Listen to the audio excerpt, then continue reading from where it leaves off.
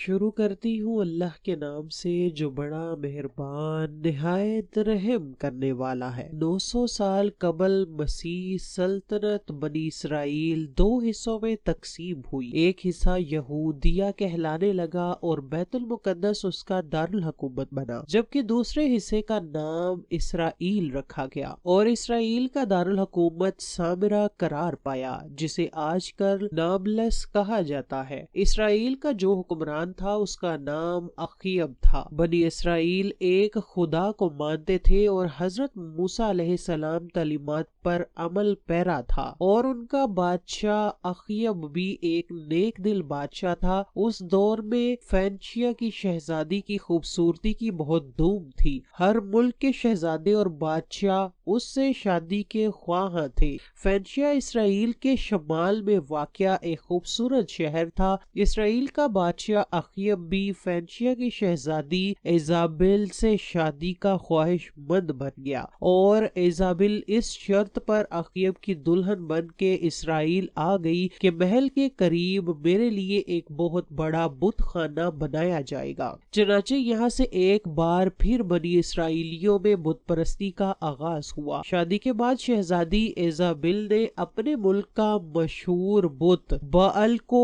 اپنے محل کے قریب نصب کروا دیا اور ساتھ ہی ایک بہت بڑی قربان خواہ بھی تعمیر کروا دی۔ روایات میں ہے کہ یہ وہی مشہور بت تھا جس کی شام اور یمن والے سینکڑوں سالوں سے پوجا کر رہے تھے۔ بعل بت ایک مشہور دیوتا مانا جاتا تھا۔ وہ خالص سونے کا بنا ہوا تھا اور اس بت کا قد 21 گز اور 4 منہ تھے۔ ہر منہ پر ہیرے جواہرات سے بنا ایک تاج تھا۔ ملکہ ایزابل نے 400 افراد کو اس کی دیکھ بھال کے لیے مندر میں مامور کر دیا۔ ملکہ ایزابل نے اپنے ملک سے 200 چھوٹے نبیوں کو بھی بلا لیا، جنہوں نے اسرائیل کے بادشاہ اخیب اور اس کی رعایا میں اس بعل بت کی عبادت کے لیے تبلیغ کی، اور آہستہ آہستہ سارا ملک ہی بعل بت کی پوجا میں لگ گیا۔ بادشاہ تو ویسے ہی سارا کنٹرول اپنی خوبصورت ملکہ ایزابل کو دے چکا تھا۔ اس حد تک مشرکانہ عقائد پھیل گئے کہ اسرائیلیوں نے ان 200 پجاریوں کو اپنا نبی مان لیا اور دل و جان سے بعل بت کی پوجا کرنے لگے، اور اس سے متصل قربان گاہ میں ہر روز قربانی کی جانے لگی، اور ہر مہینے نئے چاند کی رات ایک خوبصورت لڑکی کو بھی قربان کیا جاتا اور اس کا خون بعل بت پر وار کر پجاریوں کے سروں پر لگایا جاتا۔ اس کے بعد وہ اپنی قوم کی بیٹیوں کے لیے دعا کرتے۔ یہ بات اتنی عام ہو گئی کہ لڑکیوں نے اپنے بال تک بنانا چھوڑ دیے، کہیں انہیں خوبصورت سمجھ کر بعل بت کی نظر نہ کر دیا جائے۔ بس پھر اللہ پاک نے ان لوگوں کو دی ہوئی ڈھیل ختم کی اور اپنے پیارے پیغمبر حضرت الیاس علیہ السلام کو ان کی طرف مبعوث فرما دیا۔ بت پرستی اور کفر و شرک میں غرق اس قوم کو راہ راست پر لانے کے لیے حضرت الیاس علیہ السلام نے تبلیغ شروع کر دی۔ تاریخی روایات میں حضرت الیاس کا شجرہ نسب حضرت ہارون علیہ السلام سے جا ملتا ہے۔ آپ شہر جلعاد میں پیدا ہوئے۔ انجیل میں آپ کو ایلیا نبی کے نام سے پکارا گیا ہے۔ تفسیر ابن کثیر کے مطابق آپ کا نسب نامہ کچھ یوں ہے: الیاس علیہ السلام بن یاسین بن فقاس بن یازاز بن ہارون علیہ السلام۔ حضرت الیاس کا دور حضرت حزقیل علیہ السلام کے بعد اور حضرت الیسع علیہ السلام سے پہلے کا ہے۔ چنانچہ حضرت الیاس اللہ کے حکم سے بعل بک شہر پہنچے اور دین کی تبلیغ کا کام شروع کر دیا۔ یہ یاد رہے کہ اس شہر کا نام بعل بک بھی بعل بت کی وجہ سے پڑا تھا۔ آج بعل بک لبنان کا سب سے قدیم شہر مانا جاتا ہے۔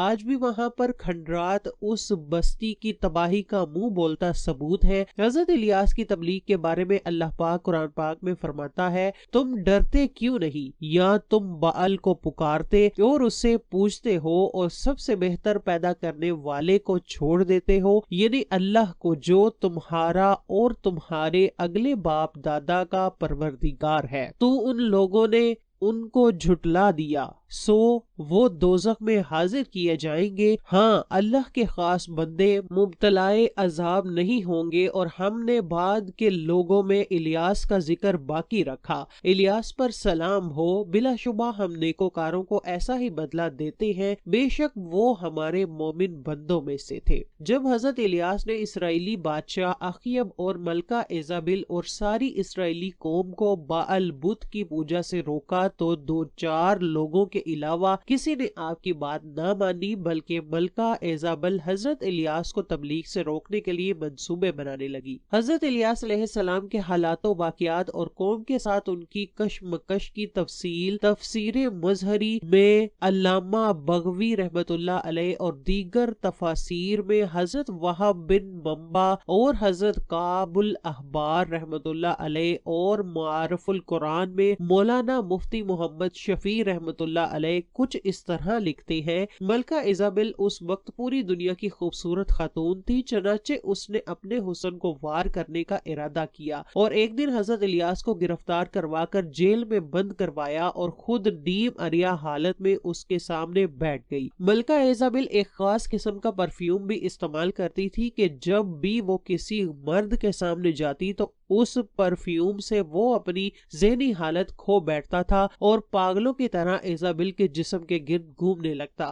لیکن اللہ کے پیغمبر حضرت الیاس پر نہ تو کوئی اس پرفیوم کا اثر ہوا اور نہ ہی ایزابل کا حسن کام آیا، بلکہ حضرت الیاس نے ایزابل کو نظر اٹھا کر دیکھا تک نہ تھا، بس وہاں بھی کہتے رہے کہ تمہارے 200 نبی جھوٹے ہیں اور میں اللہ کا نبی ہوں اور تمہیں بھی ایک خدا کی عبادت کی تبلیغ کرتا ہوں۔ اس کے بعد حضرت الیاس بے انتہا اذیتیں دی گئی، قید سے رہا ہونے کے بعد آپ کو پریشان کیا جاتا رہا اور جب آپ کو قتل کرنے کا منصوبہ بنایا گیا تو آپ علیہ السلام نے اللہ کے حکم سے افتادہ غار میں پناہ لی اور اللہ پاک سے یوں دعا کی: اے میرے معبود، اسرائیل پر شدید قحط نازل فرما کہ یہ لوگ میرے پاس بارش کے لیے بھاگے ہوئے آئیں۔ اللہ پاک نے آپ کی دعا قبول فرمائی اور 3 سال تک ایسا قحط پڑا کہ بنی اسرائیل کے جانور مرنے لگے، اناج ختم ہو گیا اور چراگاہیں ویران ہو گئی۔ حضرت الیاس علیہ السلام اللہ کے حکم سے اخیب سے ملے اور اس سے کہا کہ یہ عذاب اللہ تعالیٰ کی نافرمانی کی وجہ سے ہے اور اگر تم اب بھی باز آ جاؤ تو یہ عذاب دور ہو سکتا ہے۔ میری سچائی کے امتحان کا بھی یہ بہترین موقع ہے۔ تم کہتے ہو تو اسرائیل میں تمہارے معبود باال کے 200 نبی ہیں، تم ایک دن ان سب کو میرے سامنے جمع کر لو، وہ باال کے نام پر قربانی پیش کریں اور میں اللہ کے نام پر قربانی پیش کروں گا، جس کی قربانی کو آسمانی آگ آ کر بسم کر دے گی تو اس کا دین سچا ہوگا۔ سب نے اس تجویز کو خوشی خوشی مان لیا، چنانچہ کوہ کرمل کے مقام پر یہ اجتماع ہوا۔ باال کے چھوٹے نبیوں نے اپنی قربانی پیش کی اور صبح سے دوپہر تک باال سے التجائیں کرتے رہے مگر کوئی جواب نہ آیا۔ اس کے بعد اللہ کے نبی حضرت الیاس علیہ السلام نے قربانی پیش کی جس پر آسمانی بجلی گری اور اس کو لے گئی۔ یہ دیکھنا تھا کہ بہت سے لوگ فوراً سجدے میں گر گئے کہ الیاس ہی سچے نبی ہیں۔ اس کے بعد حضرت الیاس علیہ السلام نے دعا کی تو بارش بھی ہوئی۔ اس کے بعد حضرت الیاس تبلیغ کرنے کے لیے کچھ عرصہ یہودا چلے گئے، وہاں پر بھی لوگوں نے آپ کی بات نہ مانی تو آپ وہاں پر پیش گوئی کر کے آئے کہ کچھ ہی عرصہ بعد تم لوگ تباہ برباد ہو جاؤ گے۔ پھر آپ دوبارہ اسرائیل تشریف لے آئے جہاں بادشاہ اخیب اور ملکہ ایزابل آپ کے جان کی دشمن تھے۔ روایت میں ہے کہ حضرت الیاس نے اخیب سے کہا کہ بہت جلد تمہیں اور تمہاری بیوی کو جنگلی کتے چیر پھاڑ دیں گے۔ کچھ ہی عرصے بعد بعلبک کو مہلک بیماریوں نے آ گھیرا جس سے بادشاہ اخیب کی بہت فوج ماری گئی اور اس کا فائدہ دشمن ملک نے اٹھا کر اسرائیل پر حملہ کر دیا اور بعلبک کو تہس نہس کر دیا۔ بادشاہ اخیب اپنی ملکہ ایزابل کو لے کر جنگلی راستوں سے فرار ہو گیا، جہاں راستے میں اس پر حملہ ہوا اور بادشاہ اخیب اور ملکہ ایزابل پر جنگلی کتے چھوڑ دیے گئے۔ دوستو، یہ تھا اس حسن کی دیوی کا انجام جس کی لاش کے ٹکڑے بھی شاید کسی کو نہیں ملے ہوں گے۔ اب بات کرتے ہیں اس سوال کی کہ جو اکثر لوگوں کے ذہنوں میں آتا ہے کہ آیا حضرت الیاس زندہ ہیں یا کہ فوت ہو گئے ہیں۔